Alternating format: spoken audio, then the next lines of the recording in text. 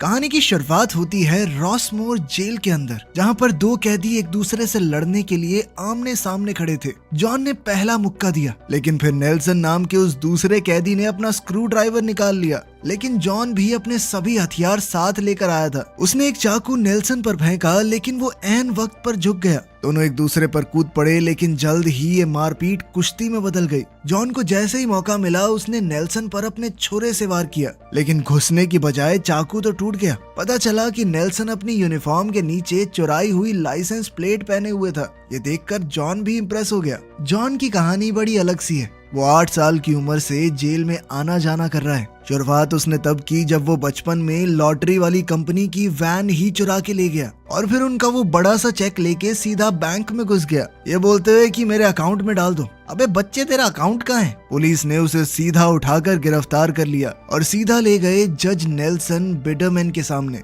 जज ने उसे 7 साल की सजा तो सुनाई ही, साथ ही बेइज्जती भी की। जॉन ये सब कुछ सुन रहा था, बस कुछ बोला नहीं, लेकिन उसकी आंखों में गुस्सा साफ था। जज ने फैसला सुना दिया और यहीं से उसका जेल में आना जाना शुरू हो गया। कुछ साल बाद जब वो जेल से छूटा तो उसने 2 पुलिस वालों को बंदूक की नोक पर लूटने की कोशिश की। साथ ही कहा कि मैं तुम्हें मार सकता हूँ, लेकिन आमने सामने खड़े होकर भी उसका निशाना चूक गया। फिर उसे दोबारा पकड़ के जज बिडरमैन के सामने ही खड़ा कर दिया गया। वही कोर्ट रूम, वही पुराना भाषण और फिर से वही जेल। अब 24 साल की उम्र में वो दोबारा बाहर आया, लेकिन फिर से 6 महीने के अंदर अंदर दोबारा से गाड़ी चुराने के चक्कर में अंदर। इस बार जज ने कहा कि तुझे जब चोरी करनी आती नहीं, क्राइम होता नहीं है तेरे से, तू पकड़ा जाता है तो करता क्यों है? पागल है क्या तू? जॉन को सिर्फ सजा नहीं चुभती थी, जज हर बार उसे ताना जरूर मारता था कि तू बेवकूफ है एक नंबर का। लेकिन इस बार बाहर आकर उसने सोचा कि जज से बदला लेके बाहर जाऊंगा, इसकी गेम बैठाऊंगा मैं। उसने कोर्ट हाउस में फोन किया ताकि वो जज से बात कर सके, लेकिन रिसेप्शनिस्ट ने बताया कि जज बिडरमैन तो अब रहे ही नहीं, मतलब जज रिटायर नहीं हुआ, मर गया था। उसे बहुत गुस्सा आया कि थोड़े दिन पहले मैं ही मार देता इसे। उसने गुस्से में फोन को झटका, फिर बूथ से बाहर निकला और फिर गुस्से में फोन पर गोलियां चला दी। फिर वो एक बार में गया थोड़ा शांत होने के लिए। वहाँ उसकी नजर पड़ी एक अखबार पर। आर्टिकल जज के बेटे नेल्सन बिडरमैन द फोर्थ के बारे में लिखा था। बाप बेटे दोनों का नाम बिल्कुल सेम था। अब उसके दिमाग में आया कि बाप का बदला मैं इसके बेटे से लूंगा।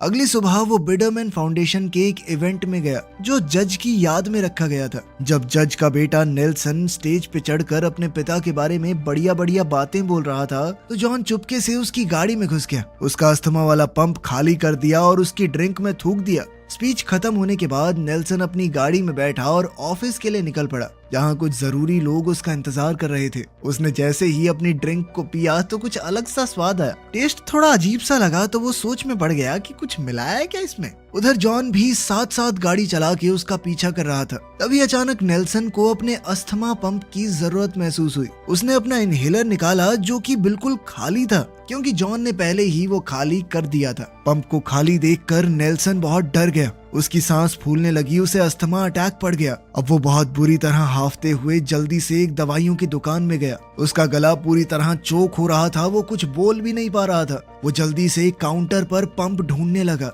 वो छटपटाते हुए हर जगह दौड़ता हुआ अपना पंप ढूंढ रहा था तो वहीं दुकान के मालिक बुढ़ा बुढ़ी को लगा कि ये तो चोरी कर रहा है। आखिर में जब उसे पंप मिला तो उसने दिखाने की कोशिश की कि मैं आपको नुकसान नहीं पहुंचाने आया। जैसे ही वो हाथ ऊपर कर रहा था तभी जॉन ने बाहर से गोली हवा में चला दी। बूढ़े आदमी ने जैसे ही आवाज सुनी तो सोचा कि नेल्सन के पास बंदूक है। उसने जल्दी से पुलिस को बुलाने के लिए अलार्म दबा दिया और उधर बुढ़िया ने लंबी सी बंदूक निकाल ली। वहीं बाहर जॉन खुश था क्योंकि उसका मिशन पूरा हो चुका था। जज का प्यारा सा बेटा अब बंदूक की नोक पर लूटपाट के केस में अंदर जाएगा। अब नेल्सन हिरासत में अपने लॉयर ड्वेन पर चिल्ला रहा था, लेकिन सीसीटीवी में साफ दिख रहा था कि वो दुकान के अंदर उथल पुथल कर रहा था। उसके वकील ने कहा कि देखो सारे सबूत तुम्हारे खिलाफ हैं, तो अच्छा यही होगा कि तुम अपना गुनाह कबूल कर लो। इसके साथ ही उसे बिडरमैन फाउंडेशन के चेयरमैन के पद से रिजाइन करना पड़ेगा। उसका वकील ड्वेन इस वक्त फोन को स्पीकर पे लगा के बोर्ड के सारे लोगों के सामने बात कर रहा था। सबका यही मानना था कि नेल्सन को पद से हटा देना ही सही रहेगा।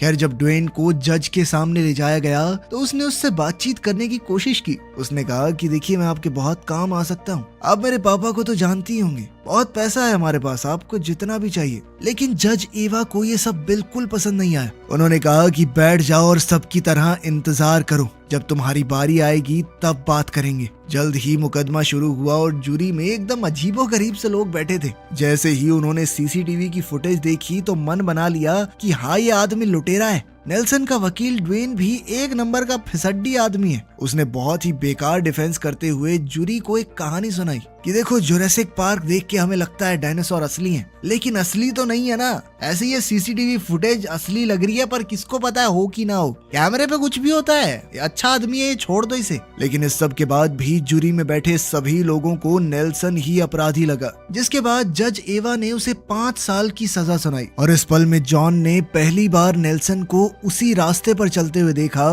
जिस पर उसके पिता ने जॉन को बार बार चलवाया था। बाद में वो अपने दोस्तों के साथ बैठा धुआं उड़ा रहा था, लेकिन उसका मन अभी भी शांत नहीं हुआ था। तभी 2 आदमियों ने उनके घर का दरवाजा खटखटाया। वो उनसे ड्रग्स खरीदने के लिए आए थे। वो समझ चुका था कि ये पुलिस वाले हैं, लेकिन फिर भी उन्हें अंदर बुलाया और ड्रग्स बेच दिए। जैसे ही वो चले गए, जॉन ने अपने दोस्तों से कहा कि अगर जेल नहीं जाना तो भाग जाए यहाँ से, क्योंकि उसे पता था कि अब क्या होने वाला है। वो वापस जेल जाने वाला है और इस बार वो ये सब कुछ जान के कर रहा था। पहली सुनवाई में वो किसी ड्रामा में नहीं पड़ा। जब उसे जज के सामने भेजा गया तो उसने चुपचाप अपना गुनाह मान लिया और सजा काटने के लिए रशमोर जेल की मांग की, क्योंकि उसी में तो नेल्सन जाने वाला है। जज ने उसकी बात मानकर उसे उसी जेल में भेज दिया। अब नेल्सन और जॉन एक ही बस में जेल में भेजे गए। रास्ते में माहौल काफी अजीब था, लेकिन जॉन ने प्यार से पेश आते हुए नेल्सन से उसका नाम पूछा और कहा कि उम्मीद है वो दोनों जेल में साथ रहेंगे। उसने वादा किया कि मेरे साथ रहोगे तो बचे रहोगे। जेल में पहुंचने पर नए कैदी वार्डन से पहली बार मिलने के लिए लाइन में लग गए, लेकिन वार्डन की बातें सुनकर उन सबके चेहरे उतर गए। वार्डन ने कहा कि अगर लड़ाई नहीं करनी तो किसी से बात ही मत करना, और अगर लड़ाई हो गई तो किसी की शिकायत मत करना। अगर तुम्हें लगता है कि जेल में कुछ गलत हो रहा है तो अपनी सोच को अपने पास रखो, क्योंकि मुझे घंटा फर्क नहीं पड़ता। इसके बाद जॉन ने कुछ जुगाड़ लगा के नेल्सन का कमरा अपने साथ ही करवा लिया। अब उसे अपनी जिंदगी का असली मकसद मिल गया है, उस बुढ़े जज के बेटे की जिंदगी को और मुश्किल बनाना। वो दोनों जब अपने सेल में घुसे तो टॉयलेट पर एक नजर डालकर अमीर लड़का रो पड़ा, लेकिन जॉन ने उसे चेतावनी दी कि रोना बंद कर, किसी ने देख लिया ना तुझे जिंदा खा जाएंगे यहाँ पे लोग। अगर डर लग भी रहा है तो दिखाना नहीं है, ठीक है। जब नेल्सन हिम्मत दिखाने का नाटक कर रहा था तो आसपास से जाने वाले बाकी कैदी भी हंस पड़े, और इस तरह शुरू हुई बिडरमैन खानदान की चौथी पीढ़ी की जेल की कहानी। खैर, लंच के दौरान दोनों मिलकर कैंटीन गए। जॉन ने इस जेल में काफी वक्त बिताया था, तो वो सबके बारे में काफी हद तक जानता था। उसने इशारा करते हुए नेल्सन को बताया कि वो लेनर्ड है, जो व्हाइट किंगडम गैंग का लीडर है। ये बहुत अच्छे लोग हैं, किसी को कुछ नहीं कहते। जॉन जानबूझकर नेल्सन को फंसाने की कोशिश कर रहा था। खैर, दोनों खाना खाते हुए बात कर ही रहे थे कि तभी लेनर्ड किसी दूसरे कैदी पर चढ़ गया और उसे सीधा उनकी टेबल पर पटक कर चाकू से मार डाला। जॉन तो चुपके से साइड हो लिया, लेकिन नेल्सन वहीं जम गया। जल्दी ही गार्ड्स भागते हुए आए और उन्होंने नेल्सन से पूछा कि आखिर इस आदमी को किसने मारा। जॉन के इशारे पर नेल्सन ने बता दिया कि ये लेनर्ड ने मारा है इसे। बस फिर क्या था, नेल्सन बेचारा लेनर्ड के दुश्मनों में शामिल हो गया।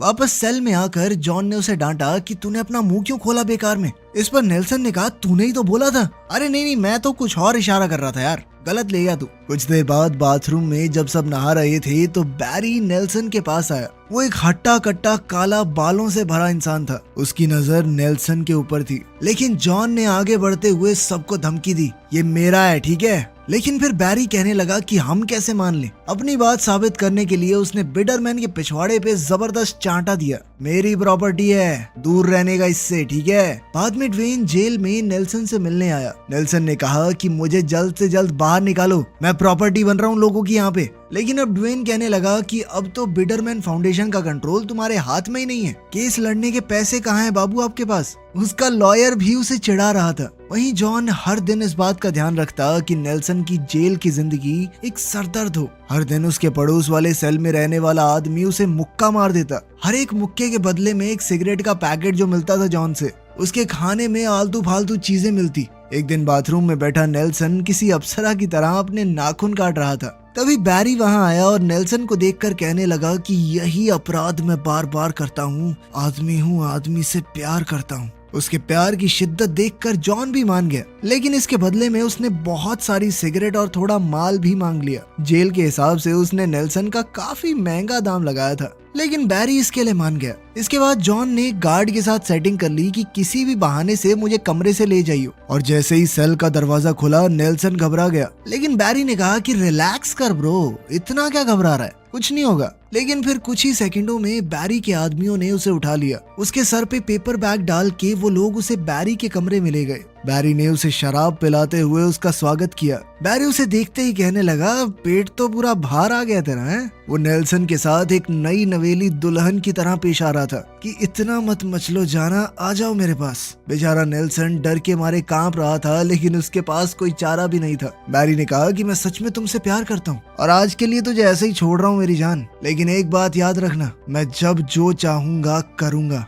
और मना मत करना मुझे। इसके बाद समय ऐसे ही बीतता रहा और नेल्सन ने डायरी लिखने की आदत बना ली। आज वो जमीन पर बैठे हुए लोहे की सलाखों से कमर लगाए अपनी डायरी में कुछ लिख रहा था। तभी लेनर्ड के आदमियों में से एक आया और उसकी डायरी के ऊपर ही मूत दिया। वो बस वार्निंग देने आया था कि लेनर्ड जल्दी ही सॉलिटरी कन्फाइनमेंट से बाहर आने वाला है और फिर जो तेरे साथ होगा तेरी रूह कांप जाएगी। फिर जॉन ने उसे समझाया कि लेनर्ड एकदम से नहीं मारेगा तुझे, वो बार बार तुझे पीटेगा, धीरे धीरे दर्द देगा और हो सकता है कई महीनों बाद एक दिन मार ही दे अगर उसका मूड हुआ तो।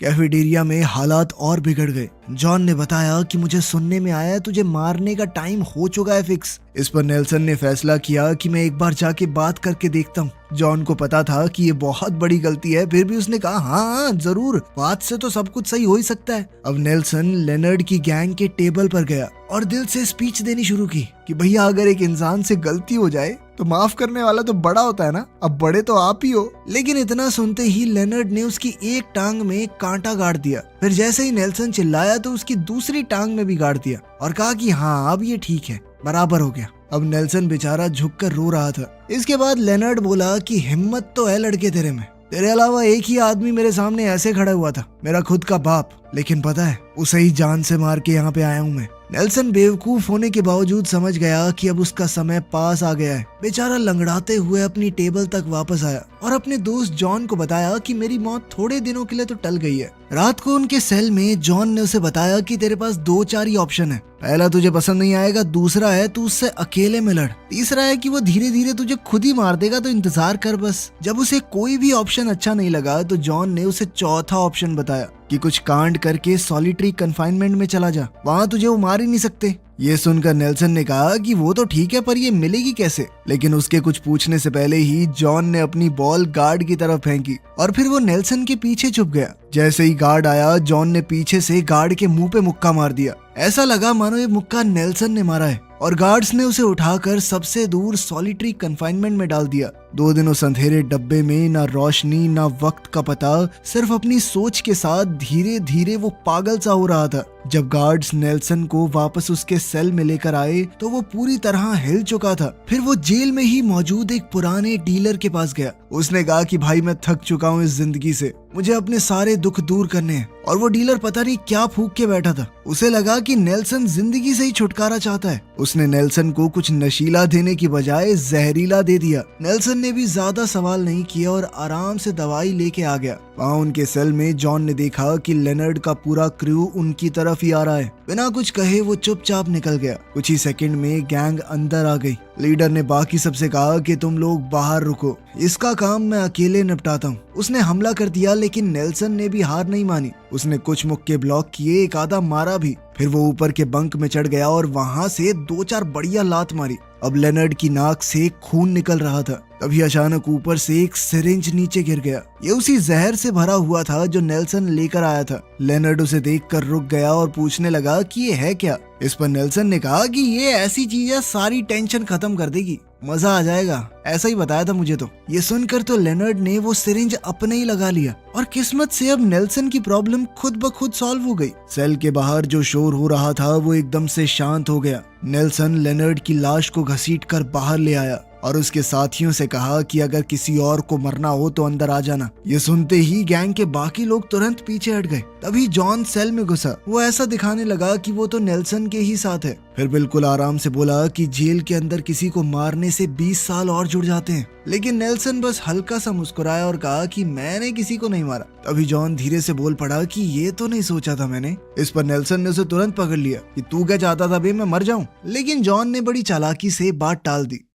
कैंटीन में अब जब नेल्सन की एंट्री हुई जॉन के साथ तो पूरा हॉल खामोश हो गया। तभी व्हाइट किंगडम गैंग का एक लड़का पीछे से आया। जॉन तुरंत पलटा, उसके हाथ में कांटा तैयार था। वो सोच रहा था कि लड़ाई होने वाली है, लेकिन वो लड़ने नहीं दोस्ती का हाथ बढ़ाने आया था। उसने कहा कि लेनर्ड वैसे भी हमें परेशान ही करता था, तो तुमने तो हमें आजाद करवाया है। अब सभी लोग नेल्सन को इज्जत से देखने लगे थे क्योंकि उसने जेल के सबसे खतरनाक कैदी को मार दिया था। अब जॉन ने अंदर ही अंदर सोचा कि इसकी लड़ाई तो करवानी पड़ेगी किसी से, वरना लोग इसे बहुत तगड़ा समझ लेंगे। उसने एक दूसरे कैदी से कहा कि खड़ा हो बे, बॉस को बैठना है। वो एक बार को तो नहीं उठा, लेकिन फिर नेल्सन ने गालियां दी और कहा खड़ा हो बे, बस अपनी पावर दिखाने के लिए। जिसके बाद वो कैदी चुपचाप वहां से निकल गया। लेकिन इससे जॉन समझ गया कि उसका पूरा खेल उल्टा पड़ चुका है। थोड़ी देर बाद नेल्सन बाथरूम गया और फिर से बैरी से टकराया, जो कहने लगा कि याद है ना हम दोनों ने क्या बात की थी। जब बैरी अपने रोमांटिक स्टाइल में उसके पास आया तो नेल्सन ने उसे जोर से धक्का दिया